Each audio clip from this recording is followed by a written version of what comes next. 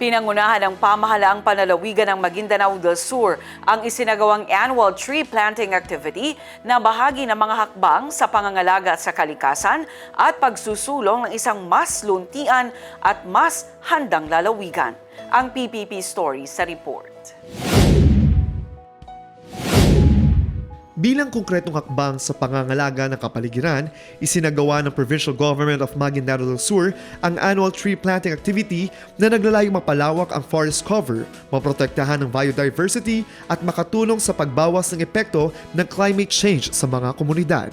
Bilang bahagi ng patuloy na advokasya para sa environmental conservation at sustainable development, isinagawa ng Provincial Governor's Office ng Maguindanao del Sur ang taunang tree planting activity na naglalayong palakasin ng biodiversity at suportahan ang mga inisyatiba laban sa epekto ng climate change. Binigyang diin ng pamahalaang panlalawigan ang mahalagang papel ng pagtatanim ng puno sa pagpapanatili ng balanse ng kalikasan, kabilang ang proteksyon sa mga watershed, pagpapabuti ng kalidad ng hangin at pangangalaga sa mga likas na tirahan ng wildlife.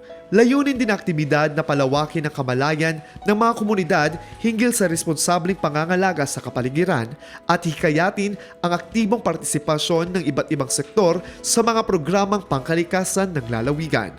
Sa pamamagitan ng kolektibong pagkilos at patuloy na pagpapatupad ng mga programang pangkalikasan, inaasahang makatutulong ang inisyatibang ito sa pagtataguyod ng isang mas malinis, mas ligtas at mas maayos sa kapaligiran para sa kasalukuyan at sa mga susunod na henerasyon. Marcus Uy, iMinds Philippines.